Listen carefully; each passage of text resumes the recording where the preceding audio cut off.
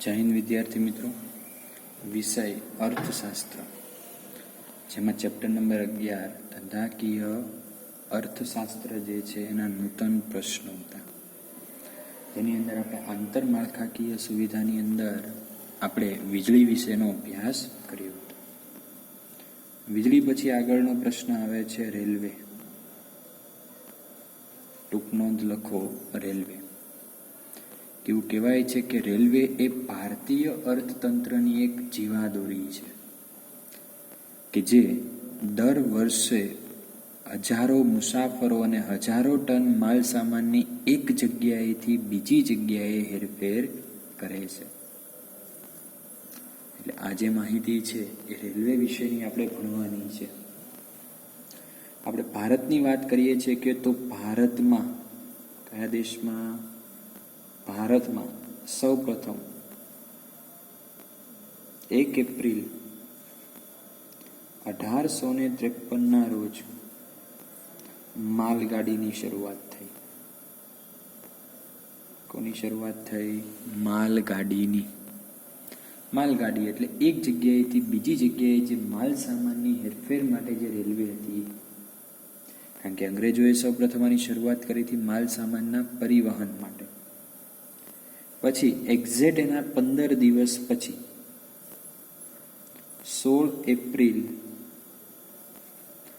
1853 રોજ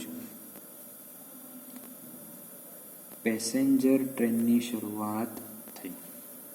કે 16 એપ્રિલ 1853 રોજ કઈ ટ્રેનની શરૂઆત થઈ? Passenger train. અને આ પેસેન્જર ટ્રેન શરૂ થઈ હતી મુંબઈ અને થાણા વચ્ચે. શહેરના નામ છે જેનું અંતર માઇલમાં હતું 22 માઇલ અને કિલોમીટરમાં હતું 34 કિલોમીટર. અને આઝાદી પછી જે રેલવેનો વહીવટ છે કોના દ્વારા કરવામાં આવે છે? તો કે સરકાર દ્વારા. આંકડાકીય માહિતી યાદ રાખજો.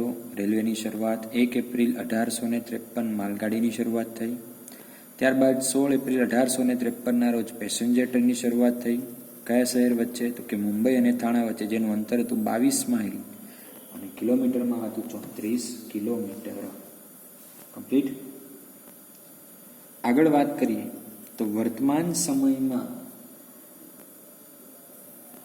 ભારતીય રેલવેનું જે નેટવર્ક છે એ પૂરા એશિયા ખંડમાં એશિયા ખંડમાં પ્રથમ સ્થાને છે. અને વિશ્વની વાત કરીએ તો વિશ્વમાં ચોથા સ્થાન ઉપર છે. યાદ રાખજો ખાસ કે એશિયા ખંડમાં પ્રથમ અને વિશ્વની અંદર ચોથો ક્રમ છે. એના પછી આગળ રેલવે એ સૌથી મોટું જાહેર સાહસ છે. રેલવે સૌથી મોટું શું છે? જાહેર સાહસ. જાહેર સાહસ શા માટે? કારણ કે રેલવેની માલિકી, સંચાલન અને અંકુશ કોની પાસે છે? સરકાર પાસે છે. એટલા માટે. અને જેની અંદર 14 લાખથી વધુ લોકો શું કરે છે? તો રોજગારી મેળવી રહ્યા છે. એટલે સૌથી વધુ રોજગારી પૂરી પાડનારું જો જાહેર ક્ષેત્રનું એકમ હોય તો એ પણ છે રેલવે. એનાથી આગળ વર્ષ 2012 રેલવે દ્વારા 8200 મિલિયન પેસેન્જર અને 917 મિલિયન ટન માલ સામાનની હેરફેર થઈ. 8200 મિલિયન પેસેન્જર અને 970 મિલિયન ટન માલ સામાનની શું થઈ? હેરફેર થઈ. એટલે બેઝિક ઇન્ફોર્મેશન રેલવેની. હવે એના પછી છે રેલવેનું યોગદાન, અને એનું બીજું પણ કહેવાય છે એનું મહત્વ દેશમાં શું છે. કે રેલવેનું મહત્વનું યોગદાન છે કે ભારે યંત્ર ઝડપથી હેરફેર થતા ઉદ્યોગ અને ધંધાનો વિકાસ ઝડપી થયો. કે ઉદ્યોગ ધંધાની અંદર જે ભારે યંત્ર સામગ્રીનો ઉપયોગ થતો હતો એ યંત્ર સામગ્રી એક જગ્યાએથી બીજી જગ્યાએ આપણે ઝડપથી લઈ જતા દેશનો વિકાસ કેવો બન્યો? ઝડપી બન્યો. આગળ બીજું કીધું છે કે રેલવે દ્વારા મુસાફરી સારી બનતા, સારી એટલે મુસાફરી સલામત બનતા શ્રમની ગતિશીલતા વધી. વર્તમાન સમયમાં જોઈએ છીએ તો કે રોજબરોજ કેટલા બધા એવા વ્યક્તિઓ છે જે શ્રમિકો જે છે એ એક જગ્યાએથી બીજી જગ્યાએ રેલવે દ્વારા શું કરે છે? મુસાફરી કરે છે. એટલે રેલવેની મુસાફરી સલામત છે, માટે શ્રમ એક જગ્યાએથી બીજી જગ્યાએ શું બન્યો? ગતિશીલ બન્યો. આગળ ઝડપી રેલવે વ્યવહાર દ્વારા ખેતી ક્ષેત્રના જે પણ સાધનો હતા, ખેતી ક્ષેત્રના સાધનો કયા કયા હોય? યંત્ર, ખાતર, બિયારણ, જંતુનાશક દવાઓ, આ બધાની હેરફેર પણ શક્ય બની. એ ઉદ્યોગ ધંધાની અંદર ઉત્પાદન થાય છે પણ એને ગામડાઓમાં પહોંચાડવું છે, તો એના માટે રેલવે પણ શું છે? એક આશીર્વાદ રૂપ બન્યું છે. રેલવેનો વિકાસ થવાથી વિદેશ વેપારને પણ પ્રોત્સાહન મળ્યું છે. કારણ કે મોટા ભાગનો આપણે વિદેશ વેપારની અંદર આપણને ખબર છે કે મોટી ક્વોન્ટિટીની અંદર મોટા જથ્થામાં આપણે માલ સામાન લઈ જવો હોય તો ફટાફટ ઝડપી માધ્યમ કયું છે? રેલવે. કે તમે ઝડપથી બંદર ઉપર પહોંચાડી શકો અને બંદર ઉપરથી જે તે ચીજ વસ્તુ કે સેવાનો વિદેશમાં વેચાણ કરી શકો છો. ક્લિયર છે? ચાલો એના પછી આગળ કે રેલવેનો વિકાસ થતા પ્રવાસન ઉદ્યોગોનો પણ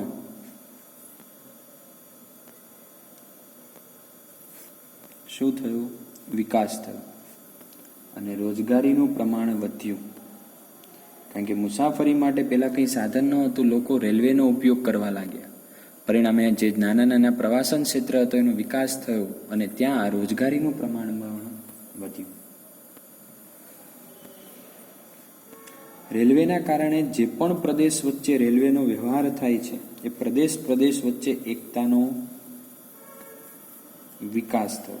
કે લોકો જાગૃત થયા કે ભાઈ ગુજરાત રાજ્યમાંથી વ્યક્તિ સરળતાથી કોઈ બીજા રાજ્યમાં, બીજા રાજ્યનો કોઈ વ્યક્તિ સરળતાથી આપણા રાજ્યની અંદર આવી શકે. એટલે પ્રદેશ વચ્ચે કોમી એકતાનો શું થયો?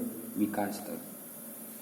અને છેલ્લે અગત્યનું છે કે કોઈ પણ રાજ્યની અંદર દુષ્કાળ, પૂર, ધરતીકંપ આવી કોઈ પણ આપત્તિ આવે છે તો આ સમયે રેલવે જરૂરી વસ્તુઓ તાત્કાલિક પહોંચાડી શકાય છે. કે આ બધી સેવાઓ આપણે રેલવે દ્વારા તાત્કાલિક તમે શું કરી શકો? એ જગ્યાએ જે પણ પુરવઠાની અછત છે એ પુરવઠાને તમે પહોંચાડી શકો છો. એટલે રેલવેનું શું છે? આપણા દેશની અંદર આ યોગદાન છે. આગળ કીધું છે રેલવેને પ્રોત્સાહન.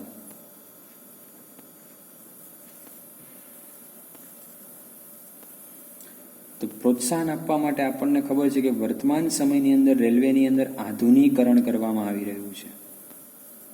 શું કરવામાં આવી રહ્યું છે? આધુનિકરણ. આધુનિકરણ એટલે જે પણ રેલવે ક્ષેત્રે નવી નવી સેવાઓ છે એ સેવાઓ વિકસાવવામાં આવી રહી છે. બીજું, રેલવેની મુસાફરી વધુને વધુ સલામત બને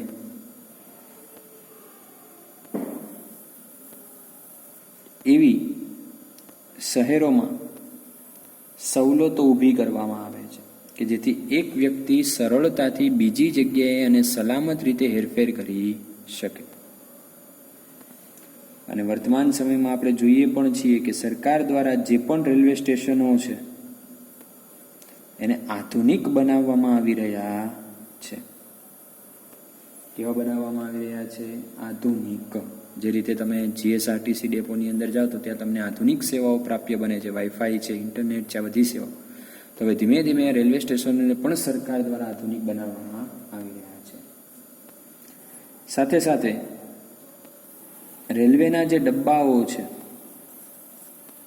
એ ડબ્બાઓને પણ આધુનિક સુસજ્જ કરવામાં આવી રહ્યા છે કે જેથી મુસાફરી કેવી બને? આરામદાયક. પહેલાંના સમયની અંદર જે રેલવે હતી માત્ર ઓનલી સિટિંગ હતી, પણ અત્યારે આપણે જોઈએ છીએ સ્લીપિંગ છે, એસી છે, નોન એસી છે, આવી ઘણી બધી સેવાઓ દ્વારા રેલવેના ડબ્બાઓને શું કરવામાં આવ્યા? સુસજ્જ. અને રેલવેની સેવા હજી પણ ઝડપી બને તે હેતુસર વધુને વધુ સરકાર દ્વારા વીજકરણ કરવામાં આવી રહ્યું છે. કારણ કે આપણને ખબર છે કે રેલવે પહેલાંના સમયની અંદર કોલસા દ્વારા ચાલતી હતી, એટલે કોલસાનો ઉપયોગ વધુ થતો હતો. પણ આધુનિક ટેકનોલોજીનો વિકાસ થયો, વીજળી દ્વારા જે ચાલતા એન્જિનો છે સરકાર બને ત્યાં સુધી શું કરે છે કે એનો ઉપયોગ કરે છે, એટલે વીજકરણનો વિકાસ કરી રહી છે. અને આપણે આજે જોઈએ છીએ તો શહેરની અંદર બુલેટ ટ્રેન, મેટ્રો ટ્રેન, એ રેલવેનું શું છે? આધુનિકરણ છે. શું છે રેલવેનું? આધુનિકરણ. કે દિવસે ને દિવસે શહેરોમાં નવી નવી સેવાઓ પ્રાપ્ય આપણને રેલવે દ્વારા બની છે. એટલે આપણું પ્રોત્સાહન છે રેલવેની અંદર. હવે છે આગળ રેલવેના પડકારો. પડકારોની અંદર પહેલું પડકાર છે આધુનિક ટેકનોલોજી ની જે અનિવાર્યતા છે એ અપૂરતી છે. કે રેલવેની અંદર હજી આપણે જોઈએ તો જોઈએ એવી આધુનિક ટેકનોલોજી હજી રેલવેની અંદર આવી નથી. કારણ કે વિદેશોની અંદર આપણે જઈએ તો આપણી કરતાં પણ સારી સારી ટ્રેનો છે. એટલે આધુનિક ટેકનોલોજીની અનિવાર્યતા ઘણી બધી અપૂરતી છે. પછી આગળ કીધું અર્થતંત્રની જરૂરિયાત મુજબ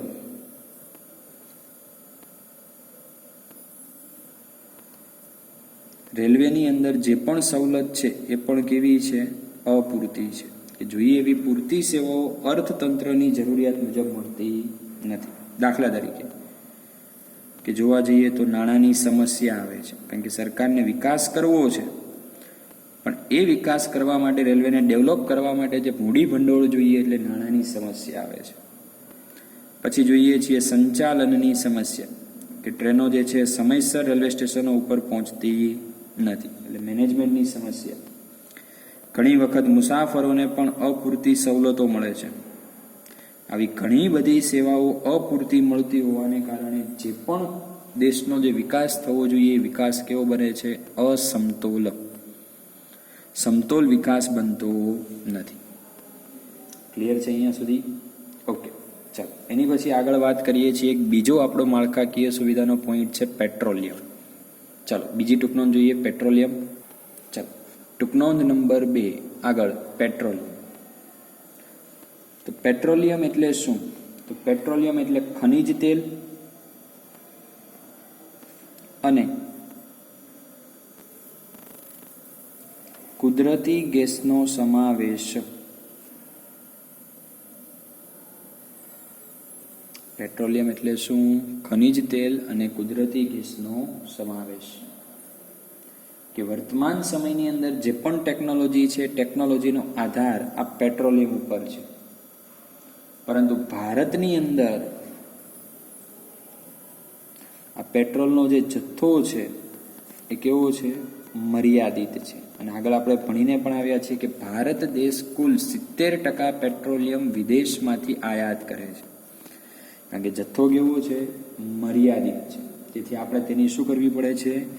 વિદેશમાંથી આયાત કરવી પડે છે. એના પછી આગળ કીધું છે કે ઔદ્યોગિકરણ અને વાહન વ્યવહારનો ઝડપી વિકાસ થતા પેટ્રોલિયમની જે માંગ છે એ સતત ને સતત શું થાય છે? વધતી જાય છે. કે આપણને ખબર કે ઉદ્યોગોનો વિકાસ થયો, નવા નવા વાહનો બજારમાં અસ્તિત્વમાં આવ્યા, પરિણામે પેટ્રોલની માંગમાં ઝડપથી શું થયો? વધારો. આ એક ગુણનો આઈએમપી પ્રશ્ન. ભારતમાંથી સૌ પ્રથમ પેટ્રોલિયમનો જથ્થો આપણને ક્યાંથી મળી આવ્યો? તો યાદ રાખજો, આસામમાંથી. ક્યાંથી? ત્યાં આપણને તેલના ભંડોળો મળી આવ્યા. શું મળી આવ્યા? તેલના ભંડોળો. અને ત્યારબાદ ઈસવીસન 1959 ONGC oil and natural gas corporation લિમિટેડની સ્થાપના થઈ. યાદ રાખજો, એક ગુણનો MCQ. ઓએનજીસીની સ્થાપના ક્યારે થઈ? તો ઈસવીસન 1959. અને આ ઓએનજીસી કંપનીએ આસામ પછી કડી, કલોલ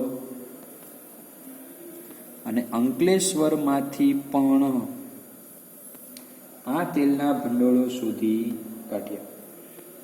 અને આ ઉપરાંત હજી પણ દેશની અંદર ખનિજ તેલ પ્રાપ્ત કરવા માટે મુંબઈના દરિયાની અંદર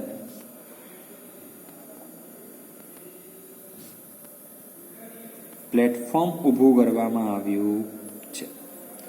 સરકારની જે પણ આંકડાકીય માહિતી છે અને સરકાર પાસે જે માહિતી પ્રાપ્ત થતી હોય એ પ્રમાણે કીધું છે કે ખનિજ તેલ મેળવવા માટે મુંબઈના દરિયામાં સરકાર દ્વારા એક ઓએનજીસી દ્વારા શું કરવામાં આવ્યું છે?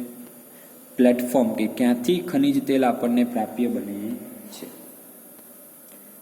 આગળ વાત કરીએ તો ભારત દેશનો વિશ્વની અંદર પેટ્રોલિયમનો કુલ હિસ્સો 0.4% છે. અને આ જથ્થો જે છે મર્યાદિત વર્ષો સુધી ચાલે તેમજ છે. તેથી વિશ્વના કુલ જુદા જુદા દેશો જે ઉર્જાના વૈકલ્પિક સ્ત્રોત વિશે જે વિચારણા થયા છે, જેમાં ભારત પણ અહીંયા શું થઈ ગયું છે? સામેલ. ભારત પણ એમાં શું થઈ ગયું છે? સતત પ્રોત્સાહન. કારણ કે આપણને ખબર છે મર્યાદિત જથ્થો છે, તો આવનારા સમયની અંદર એની માંગ કેવી થાય?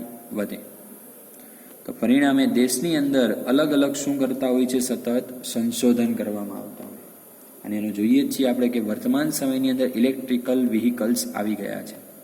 કારણ કે જથ્થો મર્યાદિત છે. દેશનો વિકાસ કરવા માટે તમામ સાધન સંપત્તિ દેશમાં હોવી જરૂરી છે. આ ઉપરાંત આગળ આપણને કીધું છે કે ખનિજ તેલમાં બે વસ્તુ, પેટ્રોલિયમમાં બે વસ્તુ હોય, ખનિજ તેલ અને કુદરતી ગેસ. તો આપણે ખનિજ તેલની વાત કરીએ. હવે આગળ આવે છે કુદરતી ગેસ. તો કુદરતી ગેસ પણ એક પેટ્રોલિયમનો શું છે? પેદાશ છે, જેનો ઉપયોગ થર્મલ વિદ્યુત મથક એટલે કોલસા દ્વારા ચાલતા જે મથકો છે, આ ઉપરાંત આપણા ઘરે જે રાંધણ ગેસ આવે છે, એ રાંધણ ગેસ અને વાહનના ચાલક બળ તરીકે ઉપયોગ થાય છે. એની અંદર બધા ગેસ હોય. કુદરતી ગેસની અંદર થર્મલ વિદ્યુત ચલાવવા માટેનો ગેસ હોય, રાંધણ ગેસ હોય, વાહન ચાલક માટેનો CNG ગેસ હોય, LPG ગેસ હોય, બધા ગેસો એની અંદર સમાવેલા હોય છે. અને ભારત પાસે કુદરતી ગેસનો કુલ જથ્થો જે છે એ માત્ર 0.5% છે. એટલે બંને જોઈ શકાય. જો પેટ્રોલિયમનો જથ્થો 0.4%, કુદરતી ગેસનો જથ્થો 0.5%. અને આજે કુદરતી ગેસ છે એનો વધુમાં વધુ ઉપયોગ વીજળી ઉત્પાદન કરવામાં અને વાહન વ્યવહારમાં કરવો જોઈએ. અને જો એની અંદર ઉપયોગ કરવામાં આવે તો કુદરતી ગેસ એ શું બને છે? પર્યાવરણ મિત્ર. શા માટે? કારણ કે એનો ઉપયોગ જો વીજળી અને વાહન વ્યવહારમાં કરવામાં આવે તો વાતાવરણ પ્રદૂષિત કેવું થાય છે? ઓછું થાય છે. કેવું પ્રદૂષિત થાય છે? ઓછું.